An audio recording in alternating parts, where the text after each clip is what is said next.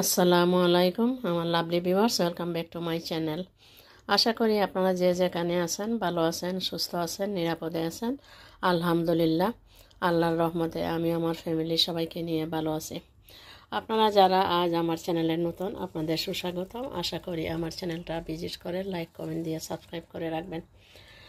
এছাড়া আমার second channel golden memory আর আমাদের হাজব্যান্ড ওয়াইফের চ্যানেল ওয়াইটি কাপল ইউকে চ্যানেলের সাথে কানেক্ট হওয়ার জন্য আপনাদের প্রতি অনুরোধ রইল। আর আপনারা যারা এতদিন থেকে আমাদের সাপোর্ট দিয়ে যাচ্ছেন, আমাদের সাথে রয়েছেন, আপনাদের জন্য রইল অনেক অনেক দোয়া আর ভালোবাসা। বরাবরের মতো আজ আবারও আপনাদের সামনে আমার নতুন আরও একটি ভিডিও নিয়ে হাজির হয়েছি। আর এই ভিডিওটা হলো গার্ডেনিং ভিডিও। এখন আপনারা দেখতে পাচ্ছেন আমার বাসার ভিতরে উইন্ডোর সিলে এখানে ডিফারেন্ট টাইপ অফ লাভের চারা গাছগুলো রয়েছে এখানে বিভিন্ন ধরনের লাভের গাছ, সবগুলো একই ধরনের নয়। এখন যেগুলো দেখতে পাচ্ছেন এটা হলো আমার বেডরুমের যে উইন্ডোর সিলে যে রাখা চারাগুলো। আর আমার বাসার যে লিভিং রুম রয়েছে সেখানের উইন্ডোর সিলে আরও চারা রয়েছে, গাছগুলো রয়েছে, সেগুলো আমি আপনাদের সাথে শেয়ার করছি। এখন আমি আপনাদের নিয়ে এলাম আমার লিভিং রুমের উইন্ডোর সিলে। এখানে দেখুন লিভিং রুমের উইন্ডোর সিলে আরও অনেকগুলো রয়েছে। এখানে সবগুলো একই ধরনের নয়, বিভিন্ন ধরনের। হয়তো আপনাদের কাছে মনে হবে অনেক গাছ এইগুলো এখানে রয়েছে। আমি একটু বেশি পরিমাণে লাগাই। বেশি পরিমাণে লাগানোর কারণ হলো আমরা যেহেতু শীত প্রধান দেশে বাস করি, আর এই গাছগুলো আমাদের অনেক আগে বাসার ভিতরে বীজ থেকে চারা তুলতে হয়। এরপর দেখা যায় যে অনেকগুলো মরে যায়, চারা হওয়ার পরে অনেকগুলো মরে যায়। আবার দেখা যায় গার্ডেনে এগুলো ট্রান্সফার করার পরে আরও অনেকগুলো মরে যায়। একেবারে অল্প পরিমাণে লাগালে দেখা যাবে যে গাছগুলো মরে যাওয়ার পরে আর অবশিষ্ট থাকে না। আর যেহেতু আমরা অনেক আগ থেকে এই চারা গাছগুলো তুলতে হয়, তারপরে একেবারে গার্ডেনে ট্রান্সফার করার সময় যদি সবগুলো মরে যায়, তখন আর হাতে অবশিষ্ট সময় থাকে না যে আবার নতুন করে চারা তুলে এগুলো গার্ডেনে ট্রান্সফার করার। যার কারণে একটু পরিমাণে বেশি আমি লাগাই। আর এছাড়া অনেকে এই গাছগুলো আমার গিফটও করতে হয় অনেকে, যার জন্য আর একটু বেশি পরিমাণে লাগাতে হয়।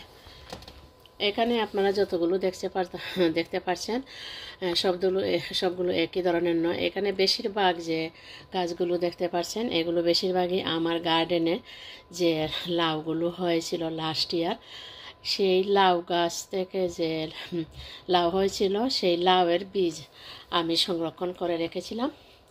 সেই বীজ থেকে এগুলো হয়েছে, বেশিরভাগ আমার গার্ডেনের বীজ থেকে হয়েছে। আর এখানে রয়েছে দিলুমিয়া ইউকে।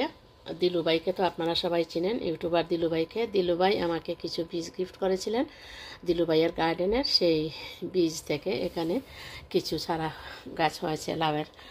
আর এখানে মেহেদি বিলেতের বাগান বাড়ি, যে মেহেদি ভাইকে আপনারা চিনেন, আলহামদুলিল্লাহ খুবই সুন্দর গার্ডেনিং করেন।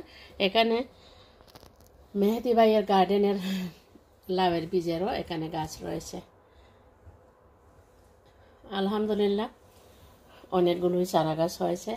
আজ আমি যেটা করব, এগুলোকে আমি আমার গার্ডেনে ট্রান্সফার করে নিব। এগুলো এখন সময় এসেছে গার্ডেনে নিয়ে যাওয়ার। এগুলো আর বাসার ভিতরে বেশি রাখা যাবে না।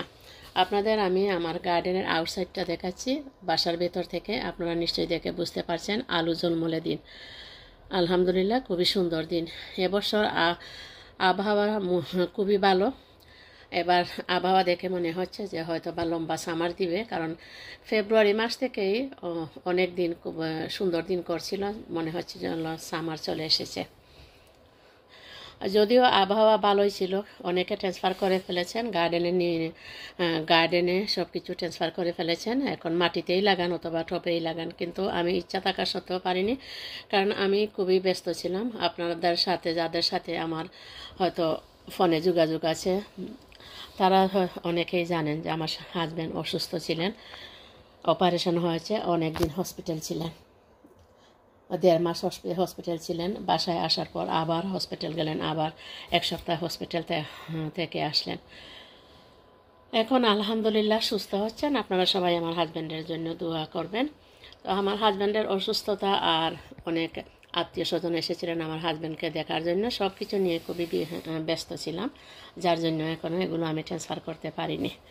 এখন ধীরে ধীরে আমি এগুলো আমার গার্ডেনে ট্রান্সফার করে নিব। আজ এগুলো আমি আমার গার্ডেনে ট্রান্সফার করব, আর কোথায় ট্রান্সফার করব, কিভাবে করব, সেগুলো আমি আপনাদের সাথে শেয়ার করব ইনশাআল্লাহ। আপনারা আমার সাথে থাকুন। এখানে দেখুন আমার বড় সাইজের, অনেক বড় সাইজের দুটি টব রয়েছে, এই দুটি টব, আর ওই কর্নারে একটি ব্ল্যাক টব রয়েছে, এই টব, আর এখানে আরেকটি রয়েছে মিডিয়াম সাইজের টব। মোট 4টি টবে আজ আমি আমার বাসার ভেতরে যে লাউয়ের চারা গাছগুলো সেগুলো আজ ট্রান্সফার করব। আর এইখানে সবগুলো টব আমি মাসখানেক আগে এগুলো রেডি করে রেখেছিলাম, আর আজ আমি হালকাভাবে মাটিগুলো আবার খুঁড়ে নিচ্ছি। আর মাটিগুলো দেখলেই আপনারা বুঝতে পারবেন, দেখুন মাটিগুলো কিন্তু খুবই জর্জরে।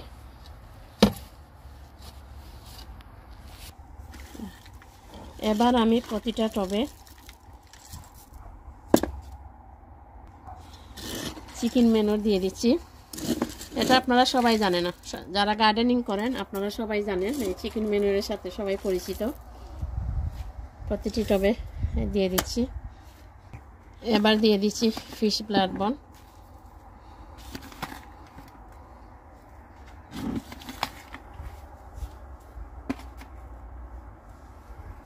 আমি সবগুলো টবে চিকেন ম্যানুর আর ফিশ ব্লাড বন দিয়েছি। এবার এগুলো আমি ভালো করে মাটির সাথে মিশিয়ে নিচ্ছি।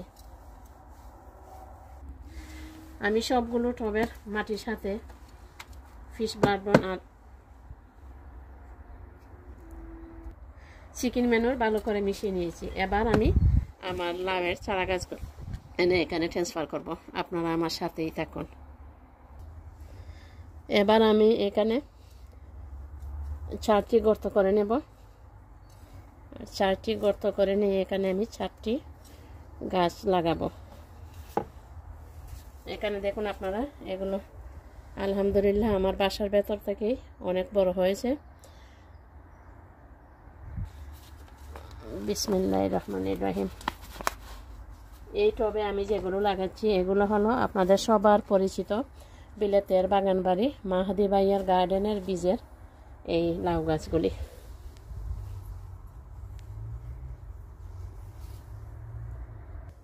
আমি 4টি লাগিয়ে নিয়েছি। এবার আমি গাছের গোড়ায় আলতোভাবে আমি মাটিগুলো ছাপ দিয়ে বসিয়ে নিচ্ছি। আমার এই টবে লাগিয়েছি মাহাদি ভাইয়ের বাগানের বীজের লাউ চারা গাছগুলো, আর এখানে লাগাচ্ছি দিলু মিয়া ইউকে দিলু ভাইয়ের বাগানের লাউয়ের বীজ থেকে যে চারা গাছগুলো হয়েছে সেগুলো। বিসমিল্লাহির রহমানির রহিম।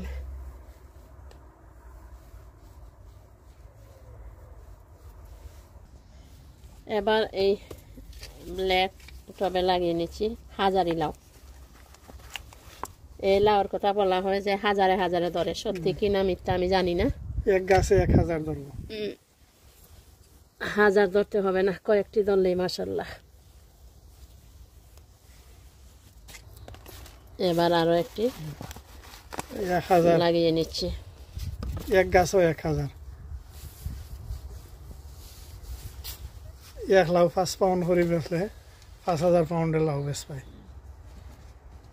এই টবে ট্রান্সফার করছি আমার গার্ডেনে যে লাউগুলো হয় এর মধ্যে সবচেয়ে বড় সাইজের যে লাউ হয়, যে বিগ লাউ যেটা, সেই লাউয়ের বীজ থেকে যে চারা গাছগুলো হয়েছে এইখানে আমি সেগুলোই ট্রান্সফার করে নেব। বিসমিল্লাহির রহমানির রহিম।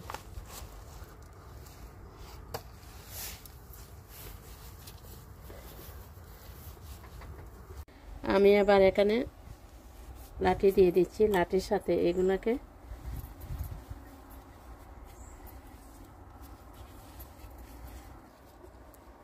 বেঁধে দিব।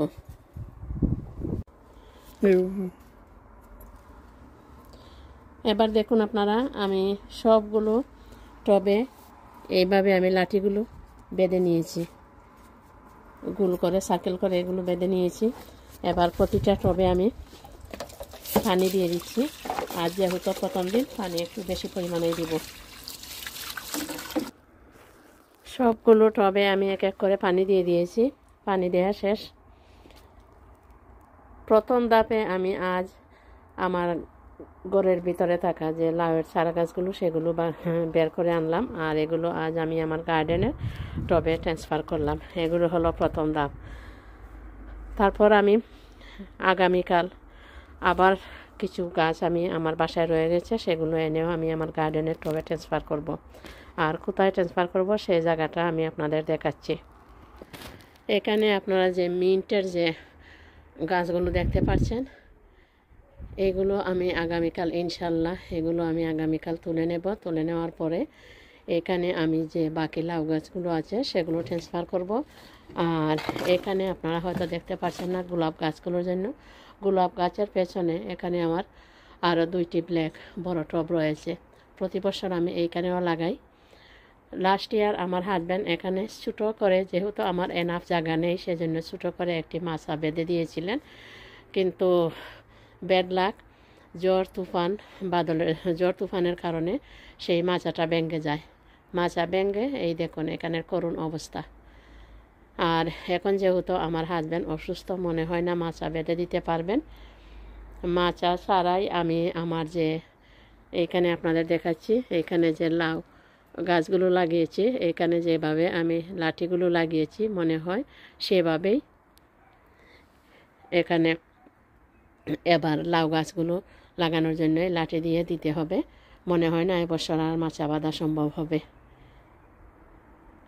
আর এগুলো ক্লিন করতে গিয়ে আগামীকাল আমার অনেক কষ্ট করতে হবে। আর আপনাদের সাথে আরও একটা জিনিস এখানে শেয়ার করছি। এখানে দেখুন আমার গোলাপ গাছের খুব সুন্দরভাবে গোলাপগুলো ফুটে রয়েছে। অন্য বছর আরও প্রচুর পরিমাণে হয়, এবছর তুলনামূলকভাবে কম হয়েছে। অন্য বছরের সাথে কম্পেয়ার করলে এবছর কমই হয়েছে।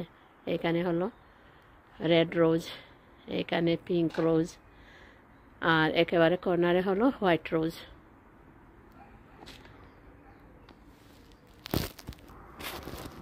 আজ আমি আপনাদের সাথে শেয়ার করলাম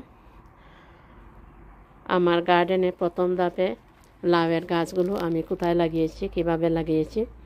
আশা করি আমার আজকের এই ভিডিওটা আপনাদের ভালো লাগবে। আপনারা যে যেখানে থাকুন সুস্থ থাকুন, নিরাপদে থাকুন। আবার অন্য কোনো ভিডিও অথবা ব্লগ নিয়ে আপনাদের সামনে হাজির হব। আর সেটা দেখার আমন্ত্রণ জানিয়ে আজকের মতো এখানে শেষ করছি। আসসালামু আলাইকুম, আল্লাহ হাফেজ।